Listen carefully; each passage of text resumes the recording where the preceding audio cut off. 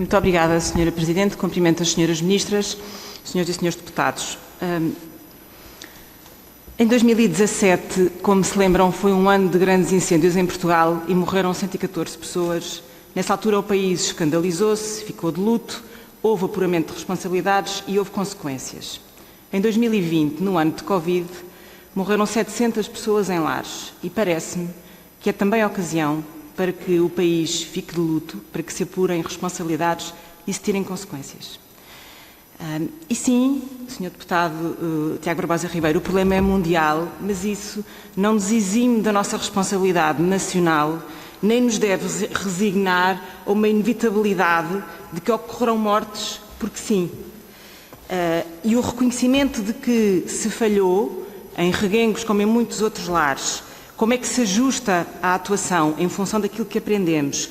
E não é só fazer boas normas, Sra. Ministra da Saúde. O Governo tem poderes executivos. É mais do que fazer boas normas. Isto é aquilo que nos garantirá, ou nos permitirá maiores garantias de que, hoje mesmo, enquanto aqui estamos, não se está a repetir Reguengos noutro qualquer sítio do país. Não queremos, de facto, e não tornaremos esta audição numa contenda partidária, procurando desforras entre governos, com coisas que se passaram há 6 anos ou muito mais atrás. O assunto é grave, é sério e é sensível e, por isso, pede-se o apuramento da verdade neste momento. Precisamos de saber o que aconteceu agora. E, por isso, saúde a Sra. Ministra da Saúde quando reconhece, com cada uma destas mortes, sentimos que falhámos um pouco.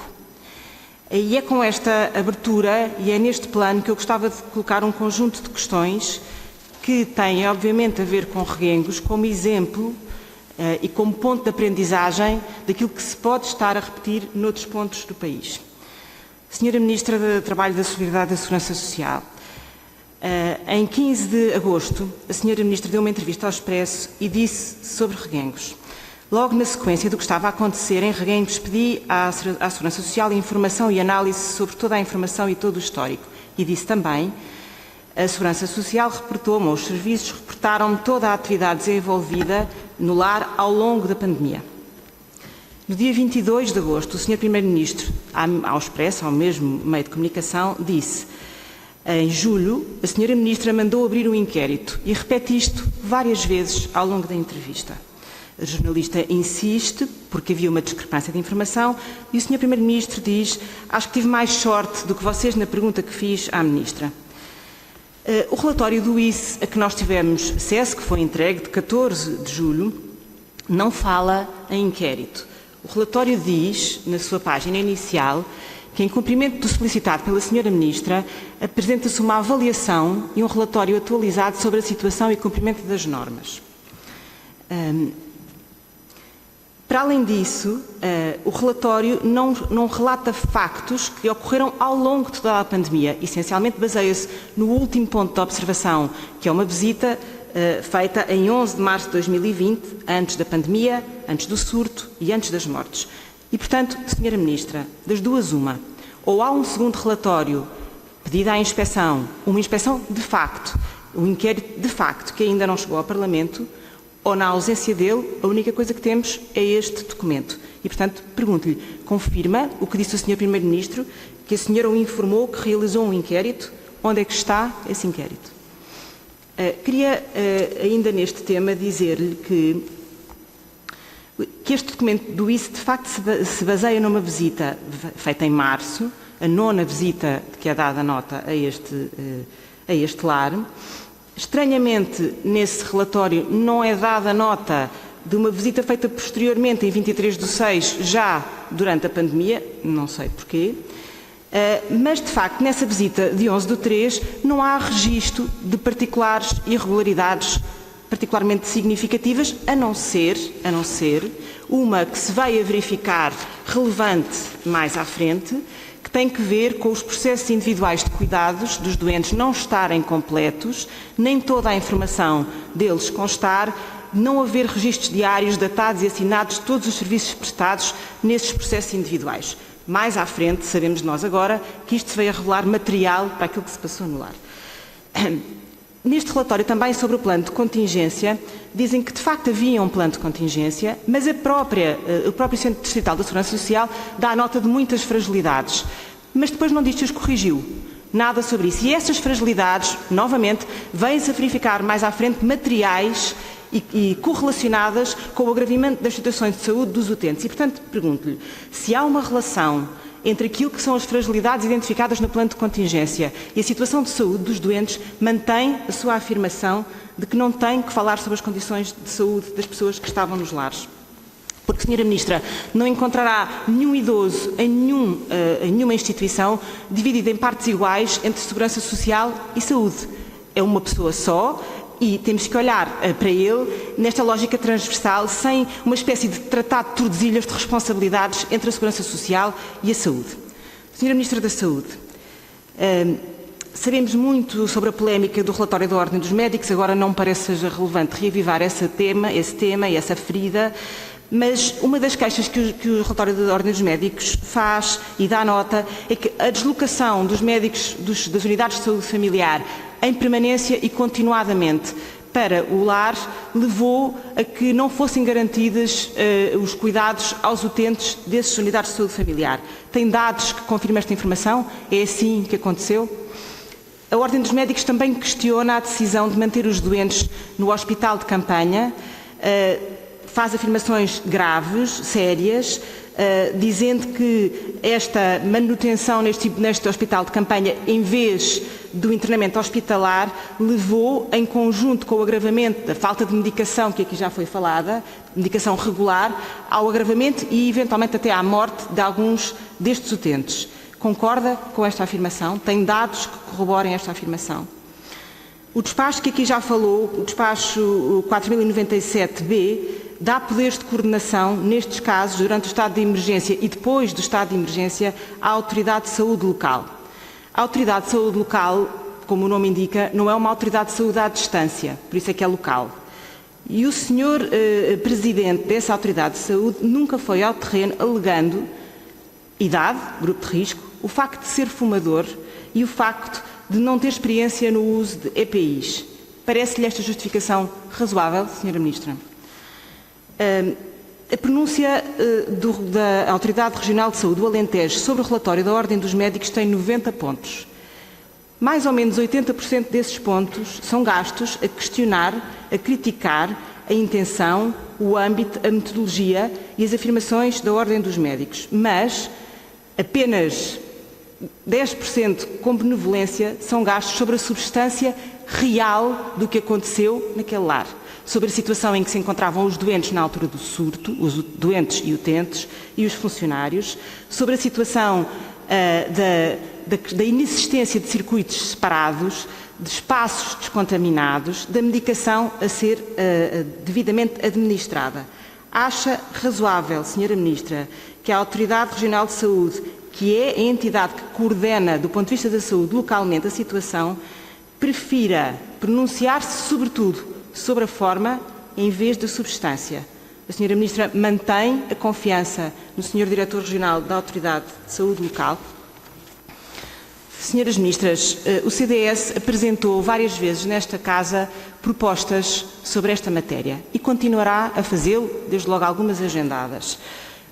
Não estamos no momento para o fazer. Esta audição cumpre o propósito de apuramento do que se passou para que não volte a acontecer em mais circunstância alguma. Não nos demitimos do fazer, mas gostava de deixar claro que não somos nós que estamos a governar e que este é um momento diferente, com um requerimento específico. E, portanto, quanto às senhoras ministras, o que eu gostava de dizer é que há uma responsabilidade, obviamente, repartida entre a instituição, entre as autoridades locais e as autoridades centrais, mas há, de facto, uma responsabilidade das duas tutelas. A fiscalização eficaz dos lares, não só formal, eficaz e consequente. Não basta cumprir o processo, é preciso verificar se ele, de facto, teve consequências.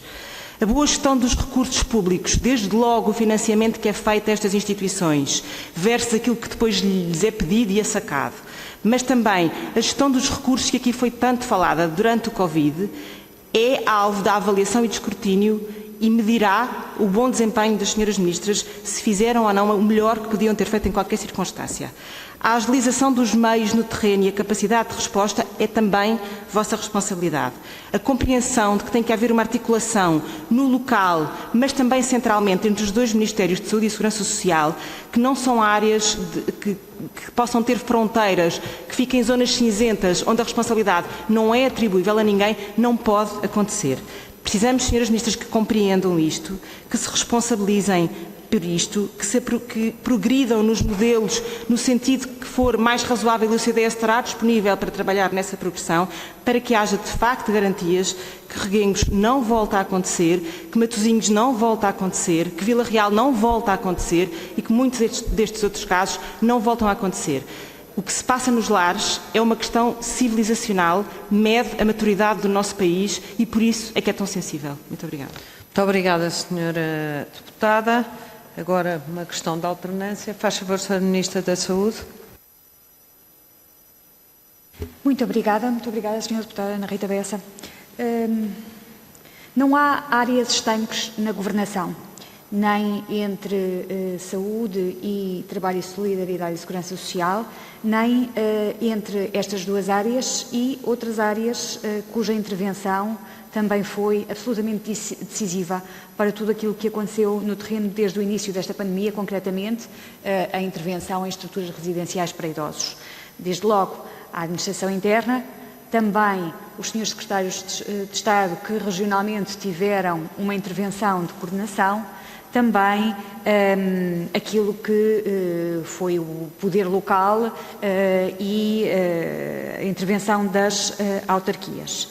E, portanto, se durante anos dissemos que a saúde tinha de estar presente em todas as políticas, esta pandemia mostrou-nos à exaustão essa necessidade e as fragilidades que enfrentamos quando não consideramos a sua relevância, e aqui falamos de estruturas residenciais para idosos, mas poderíamos estar a falar de condições de habitação.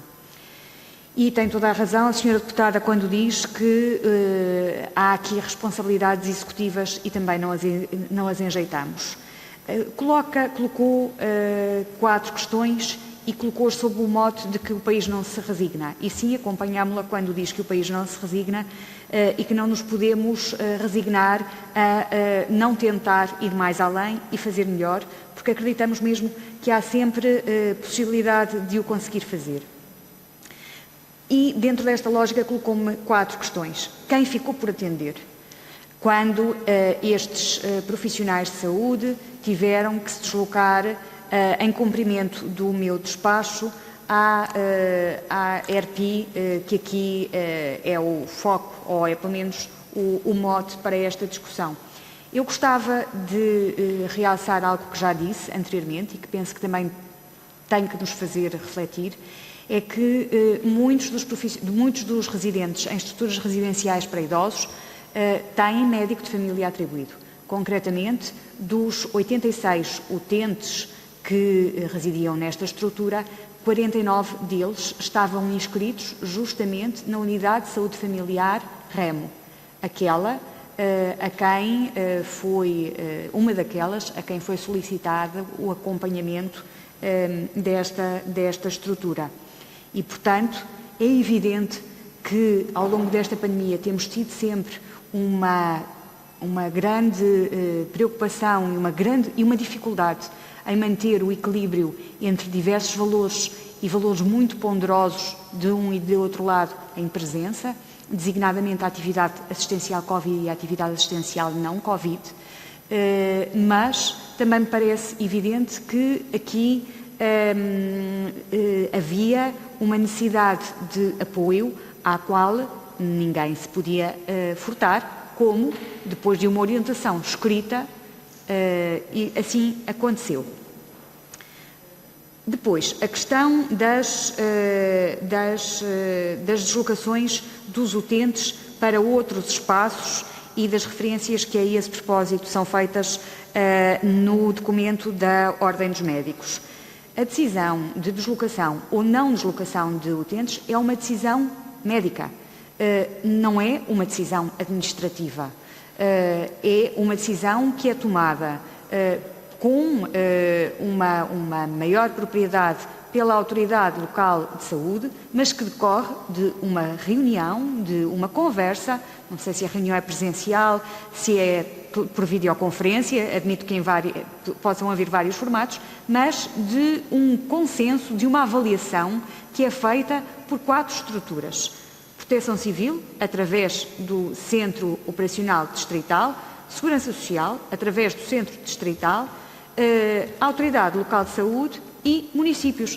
E foi exatamente para que todos soubessem qual era o seu papel que procurámos, desde o início, congregar esta articulação e garantir que cada entidade sabia o que é que era o seu papel, qual era a sua responsabilidade, o que é que dela era esperado. À Autoridade Local de Saúde compete-lhe dizer se estão reunidas as condições para a transferência, se a transferência deve efetuar-se ou não. Às estruturas da Proteção Civil compete-lhes antecipadamente, aliás, também em consonância com o plano de contingência que cada uma destas estruturas tem que ter identificado respostas alternativas. Uma vez mais, não enjeitamos responsabilidades, mas temos a percepção de qual é o papel de cada um dos muitos atores que aqui têm que congregar o seu esforço e a sua intervenção. E acho que é fundamental não nos distrairmos deste aspecto para enfrentarmos tudo aquilo que está a acontecer lá fora e tudo aquilo que aí vem. Esta é uma área onde a articulação que se pede é muito mais do que a articulação entre saúde e segurança social e permito-me sublinhar isso para bem das comunidades que servimos. Quanto à questão da Autoridade de Saúde Local não ter ido ao local, eu não tenho essa informação que a senhora deputada refere, confesso-lhe, ou por outra, tenho informação de que não foi ao local por motivos de saúde, não com todos os detalhes que refere. Como lhe disse, temos infelizmente um conjunto de fragilidades associados muitas vezes à necessidade de nos socorrermos de profissionais que já poderiam estar dispensados do trabalho para fazer as suas atividades. É isso que estamos a tentar ultrapassar. Também com a percepção de que uma equipa é uma equipa e, portanto, se há um profissional dessa equipa que não pode desempenhar circunstancialmente uma determinada tarefa, alguém da sua equipa deverá cobrir essa fragilidade. A resposta da Administração Regional de Saúde do Alentejo à Ordem dos Médicos. Eu também entendo que, de facto, aqui nos devemos focar na substância e não na forma. Indubitavelmente entendo que não havia enquadramento para a produção deste documento, mas entendo também que o fundamental é aquilo que nós podemos aprender com esta circunstância, com este facto, e aquilo que ele nos pode ajudar a corrigir. E, portanto, não podemos também deixar de ler os vários documentos que temos connosco nessa perspectiva. Aquilo que está muito claramente dito em termos de responsabilidades de cada interveniente neste processo é que as instituições que têm pessoas à sua guarda têm que ter um plano de contingência. O plano de contingência tem que identificar estruturas alternativas e tem que identificar profissionais que possam substituir os profissionais efetivos caso eles precisem de fazer quarentena ou se infectem. As autoridades locais de saúde têm uma intervenção também para verificação se os circuitos estão a ser cumpridos, para a aplicação de testes, de programas de testes, para encaminhamento e aconselhamento. Os profissionais das estruturas prestadoras de cuidados, que não são a saúde pública, têm que garantir o apoio de cuidados de saúde que estas estruturas necessitam. E, portanto, penso que este é o papel que cada um tem que ter e do qual não podemos, de facto, distrair-nos, sendo certo que a necessidade de coordenação e de articulação é da maior relevância. Peço desculpa. Obrigada, Sra. Ministra. Sra. Ministra do Trabalho e Segurança Social, obviamente que não, que tem o tempo que lhe é devido. Faz favor.